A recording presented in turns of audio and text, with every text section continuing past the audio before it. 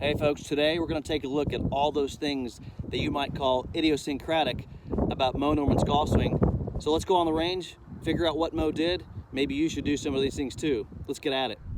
Okay, hi guys. Sorry about the wind noise. It is Oklahoma, so you're going to get some wind here. No way to avoid that. So anyway, bear with me. I apologize. But let's talk about the things that Mo did that were idiosyncratic. That look different than what you see on the everyday player out there.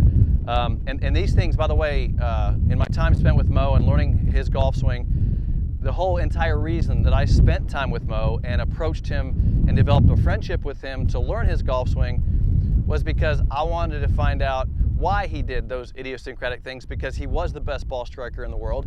And I basically assumed that the things he was doing for a reason, and I've come to find out that everything he did was for a particular reason. It was very important, and it was also, I took none of those things for granted. So I try to accomplish those things in my own swing, which helped me get so much better than I was. So it really is those things that we see as idiosyncratic that Mo did, because they did one very important thing, which you got to keep in mind. Everything Mo did was to simplify ball striking. I know you hear that all the time. I know you hear simplify ball striking, and it gets thrown on way too much. But let me tell you this, the conventional swing, the non-Mo Norman swings out there have a very difficult time simplifying it because they start out from a very complicated position. We'll get into that. But the first thing I want to talk about is what's most obvious about Mo's swing was he placed the club sometimes between 6 inches and 12 inches behind the golf ball. In other words, he didn't put the club next to the ball. So he didn't put the club right next to the golf ball like this, he'd put it behind the ball. And I asked him that question, Mo, why do you put the club behind the ball like that? He goes, because it helps with my backswing. I can't take it outside. It eliminates part of the backswing. It's an important thing to understand why Mo did this. But let me go through some mechanical detail of why I did it. So if you put the club, so we know to strike a golf ball correctly, and I'll just go with an iron at first. Strike a golf ball correctly. See how that shaft is sitting straight up and down? You cannot hit a 6-iron at impact with a shaft that's straight up and down. You can't do it because the ball's on the ground and the center of mass, there's loft on the club, so there's center of mass. The mass is high on the blade and the center of mass of the golf ball is too low. So in order to hit this iron, doesn't matter if it's a 6-iron, a 4-iron, or a wedge, in order to hit center of mass on this club face with center of mass of the golf ball and compress the ball, I have to have a forward condition of the golf club. I have to lean the shaft forward. In other words, I want to hit down, and that's why you want to take a divot. So those of you that don't take divots, this is a problem because you're having a hard time. You're hitting up on this club, or you're not getting any shaft lean at impact. Well, if you look at when you put the club right behind the golf ball, so this is obviously a 6-iron, what happens is you're starting out without shaft lean. So you're creating a non-shaft lean position. Now you can do this, you can go like that, but see how it opens the face. Or I mean, I guess you could do this like this and deal off the face, but then you have a de-lofted face. In any regard, you're compensating because if I put the club right behind the ball, it's putting my body in a position where I can't. It's not the simplest way to set up, and I know that sounds radically different. This is why Mo's swing looks so idiosyncratic, because he was placing the club behind the ball. But here's what he did. He figured out, and let me go back into one more detail, the body position at impact. So if I want to create shaft lean at impact, so if I go to impact, we know that we got to come down, and this club, we have to get some sort of shaft lean where the club is handles in front, so the club can hit down on that golf ball, and we get compression, bang, we get a downward action of the golf club. So we can line up the center of mass here with a compressed center of mass on that ball.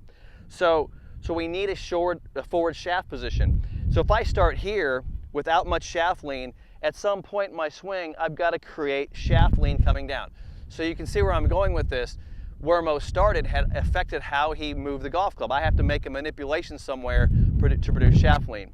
Now the other thing that's important about impact, because we're trying to simplify impact, and if you use the word simple, and here's what I want you to keep in mind when I use that word simple. When I'm trying to define the word simple here, we all need to get to the moment of impact in the proper position. I think there's no one that'll disagree with that. We need to get to impact properly.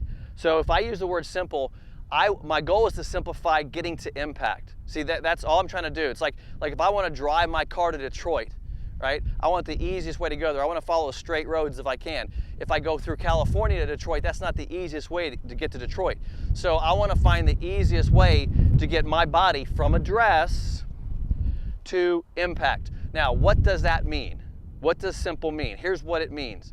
It means less movement, less rotation, less lift, all the things that matter to this moment of impact. So you're probably going to ask the question, well, so what is impact and how can I simplify it? Now, this is where the genius of Mo Norman shines right through this.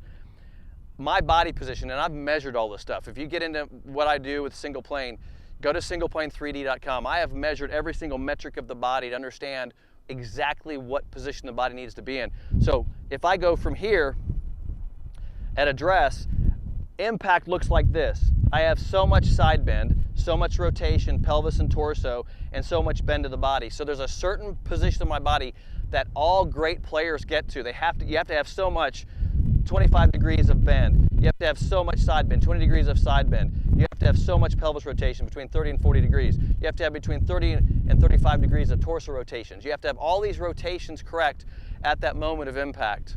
All right? So let's think about this for a second. You're trying to simplify your swing. Okay, simple. All right, everybody throws that around. They use it too much. But they're not telling you what you're trying to simplify.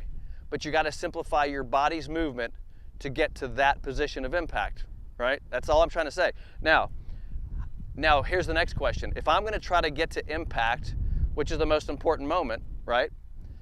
Can I simplify my swing from the start to get there? So can I start in a different place that makes it easier to get to the same impact position everybody's trying to get to? And that's where Mo was genius. So what he figured was the body needs about 25 degrees of side bend at impact. Okay? So here we go, like that, right? But if I start straight up and down with the shaft next to the ball, I've got to create that to get to impact, right? So that's why you see all these swings out there. PGA Tour players, great players, but they all swing it different because everybody's trying to take their body out of its condition at address and get it to this impact condition, which we all try to get to. Well, Mo figured this out. He said, well, why not put the body already in a bent position? Now notice the club goes back.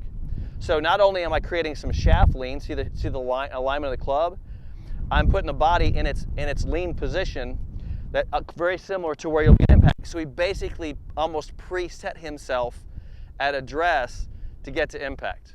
Genius. Now, when I asked him about that, because he's tilted, the club goes naturally in a motion. See, it naturally goes in an inward motion. So there's that natural inward motion of the club.